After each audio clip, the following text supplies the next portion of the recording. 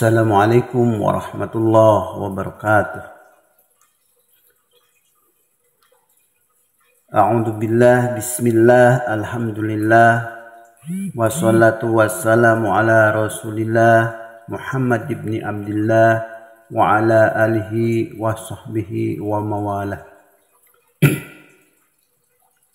Pertama-tama kita panjatkan puja berserta syukur kepada Allah Subhanahu wa taala yang telah memberikan nikmat kepada kita sehingga sampai hari ini kita masih bisa dipertemukan lagi dengan acara perisai rezeki, dengan acara pembahasan rezeki.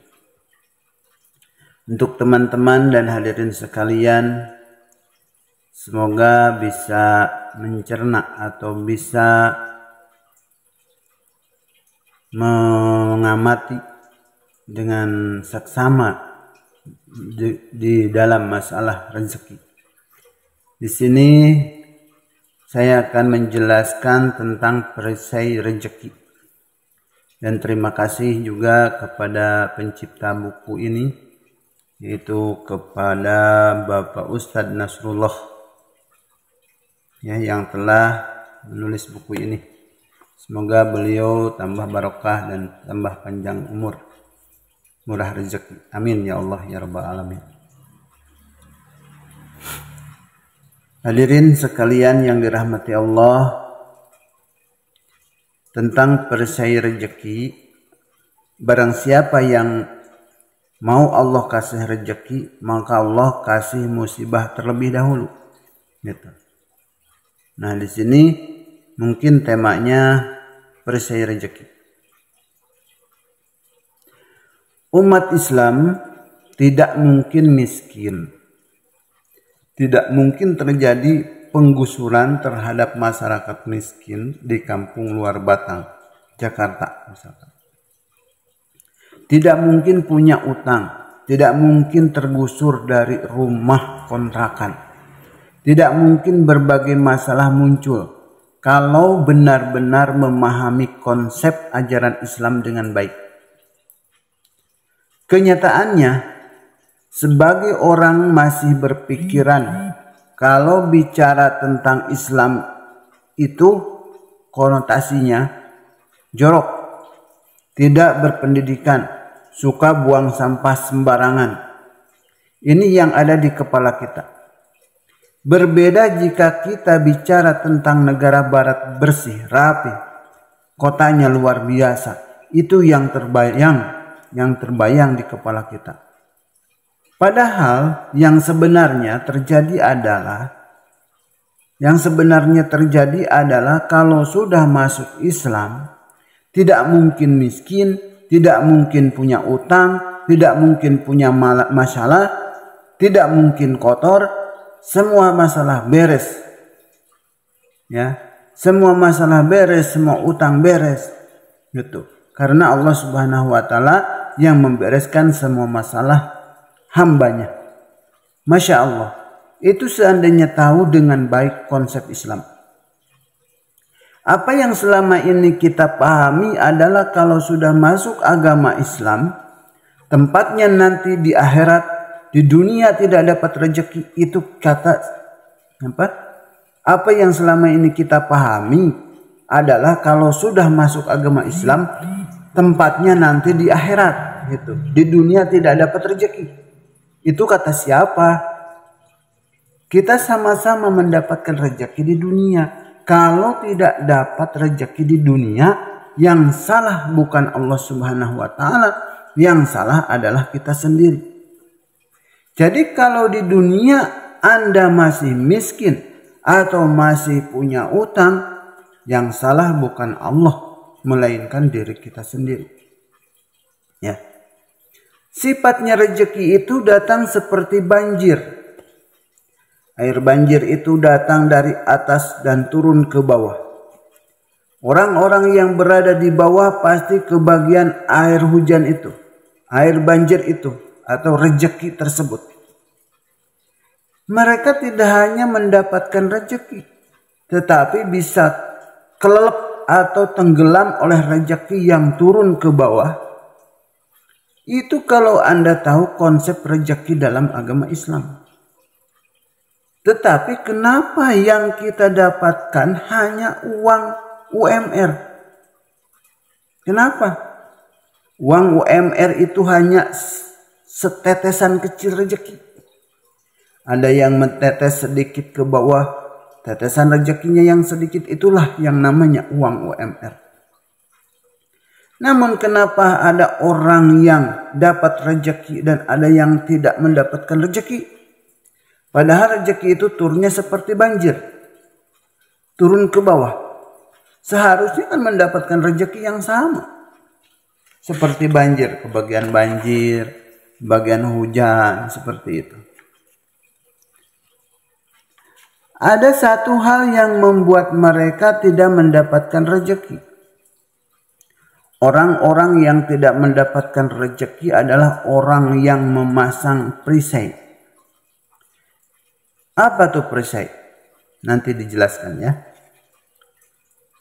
Mereka memasang benteng, memasang kencang perisainya di dirinya, dikencangkan. Dan cinta betul akan perisai itu. Mereka bilang, ini perisai saya.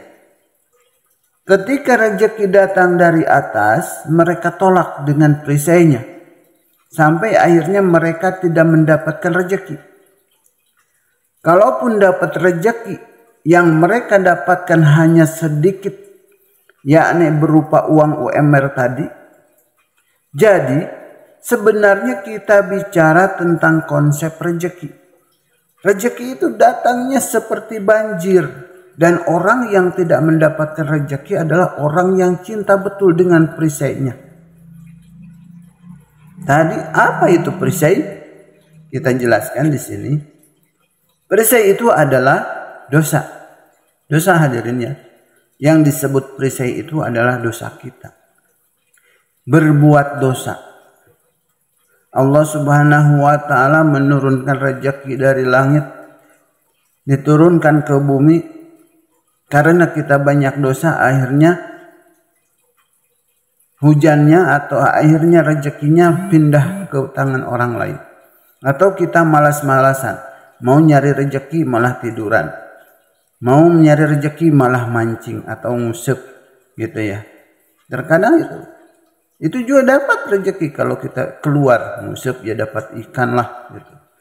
Tapi ngusep atau mancing itu jangan sampai meninggalkan kewajiban. Itu yang salah. Bukan mancing yang salah, tapi yang meninggalkan kewajibannya itu yang salah. Ya. Lanjut hadirin sekalian ya. Ia cinta betul akan perisainya. Cinta akan dosanya. Ia percaya bahwa hidupnya harus dengan dosa. Ia beranggapan kalau hidupnya tanpa dosa enggak seru. Enggak rame dunia ini kalau tidak ada berdosa enggak rame. Katanya seperti itu. Kok malah dia juga ikut-ikutan bikin dosa gitu ya. Masya Allah. Sekarang banyak orang yang suka banget nonton acara sepak bola. Kalau menonton sepak bola selama 1,5 jam bisa. Tetapi mendengarkan ceramah selama 20 menit sudah pada elekesekeng. Sudah pantatnya sudah panas. Apalagi di rutinan itu kelewat isya udah pada singkeleuweuh. Ya. Pas lagi rutinan teman hadirin sekalian ya yang suka rutinan ini pasti merasakan bahwa setiap kali apalagi setiap kali mendengar ceramah udah lewat isya udah adzan itu wah kayaknya pengen buru-buru udahan aja gitu yang ceramah, apalagi yang ceramahnya terkadang pilih-pilih ya, yang rame ya serulah, yang ustadz kampung misalkan ya yang ceramahnya ustadz kalau bahasa Sunda itu si kukut, terkadang orang teah gitu kan, anggap sepele. Padahal ngaji itu yang bagus di ustadz kampung. Karena semua masalah, semua pasal dibahas. Tapi yang di lapangan itu seperti tabligh akbar, itu hanya ramenya saja. Gitu ya. tidak membawa kitab, gitu. Dan senangnya yang kocak-kocak, yang bercanda-bercanda mulu, gitu. Nah, sekarang gini Pak, nonton sepak bola seperti nonton Persib, nonton Persija gitu ya, nonton, apalagi kalau Persib itu jarang ya di jam-jam 1 jam 2, tapi Piala Dunia itu yang di luar sana gitu ya, di luar negeri, Argentina gitu, MU dan segala macamnya itu di jam 1 jam 2, paling siang jam 10 gitu kan, sampai 2 jam, sampai sejam, itu sejam setengah lah duduk sambil ngopi, sambil ini itulah, enak kan gitu seperti itu. Tetapi untuk mendengarkan ceramah selama 20 menit pun ini pantat sudah panas. Mengapa begitu? Itu karena dia cinta sepak bola. Itulah perisainya. Perisai dosa yang sangat dicintainya itu. Jadi konsepnya terbalik ya. Jadi konsepnya terbalik. Kalau Anda tahu betul konsep rezeki dalam Islam, tentu masjid-masjid akan ramai. Seandainya Anda tahu bahwa yang harus dilakukan bukan mencari rezeki, melainkan melepaskan perisainya. Ya, melepaskan dosanya, meninggalkan dosanya. Setelah dosa ditinggalkan atau ditinggal, rezeki akan langsung datang kepada Anda. Nah gitu. Jadi sebagaimana disebutkan dalam salah satu dakwah Nabi Nuh, mintalah apapun kepada Allah, maka Allah akan melepaskan perisai dosa itu. Ya, perisai dosa kita. Untuk itu, mulai sekarang lepaskanlah perisai dosa yang mendekat pada diri Anda. Seperti mendengarkan lagu-lagu, menggosip. Menggosip itu ngomongkan orang lain, ngomongkan aib orang lain. Yakin menyakiti orang lain. Dan sebagainya. Kita tahu itu adalah perisai dosa. Tetapi banyak orang yang senang melakukannya. Kalau tidak durhaka pada orang tua. Tidak seru katanya. Disuruh orang tua. Orang tua misalkan gini. Ayo nak kita sholat. Nanti bu. Atau nanti pak. Nanti ya. Gitu ya. Terkadang cuek. Main HP aja. Itu Masya Allah. Itu karena kita terlalu cinta kepada perisai, kepada dosa tersebut. Gitu. Jadi rezeki kita tertahan. Gitu. Cobalah lepaskan.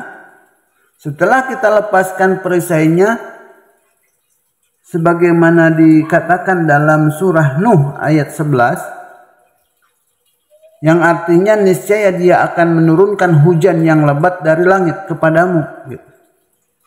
Tak hanya itu, di dalam surah Nuh ayat 12 Allah mengatakan, dan dia memperbanyak mengatakan, yang artinya, dan dia memperbanyak harta dan anak-anakmu, dan mengadakan kebun-kebun untukmu, dan mengadakan sungai-sungai untukmu.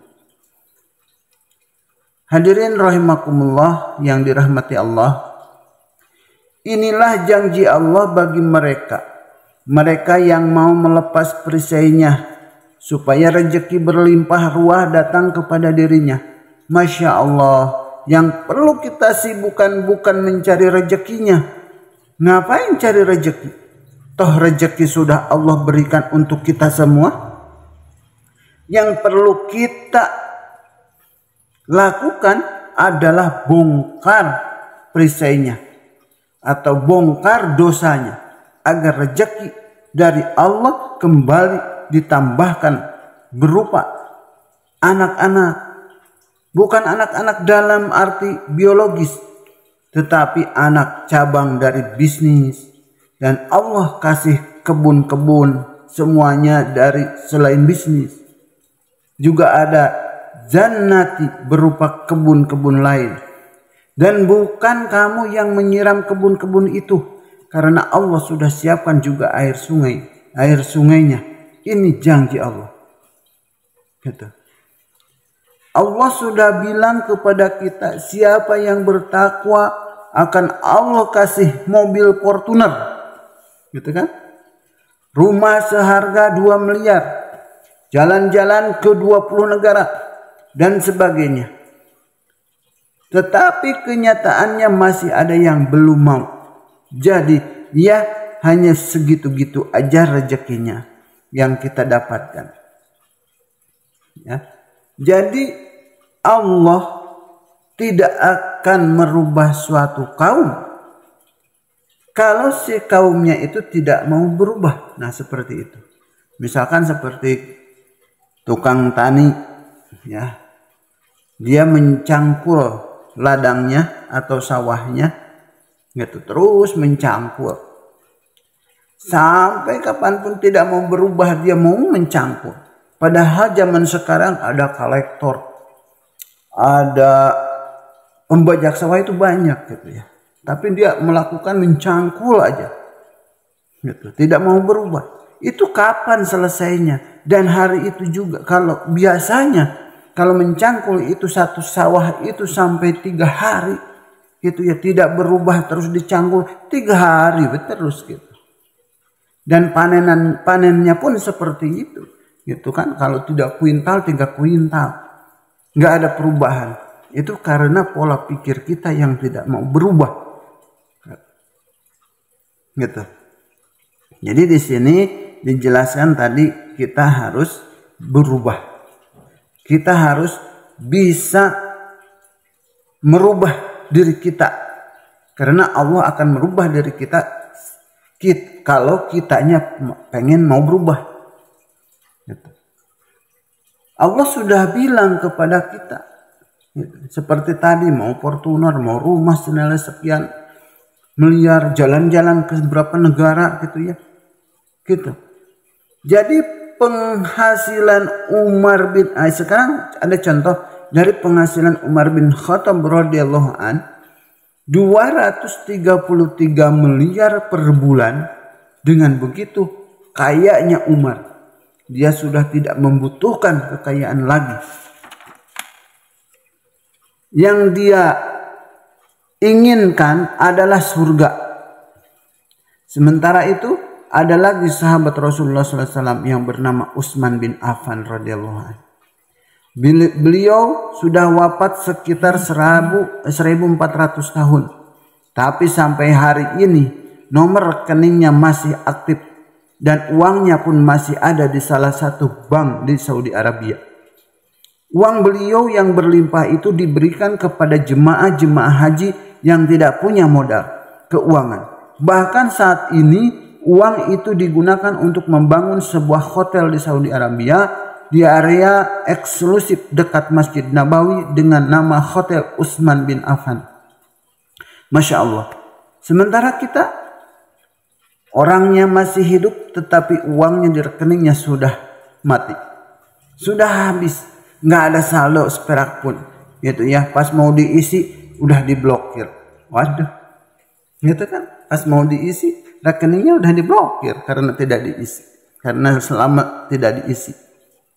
Nah, untuk mendapatkan rezeki sebanyak yang dimiliki para sahabat Rasulullah SAW tersebut, apakah kita perlu bekerja? Ya, tentu saja tetap perlu bekerja. Seperti konsep lagunya Cicak-cicak di dinding. Mari kita cermati liriknya. Ya.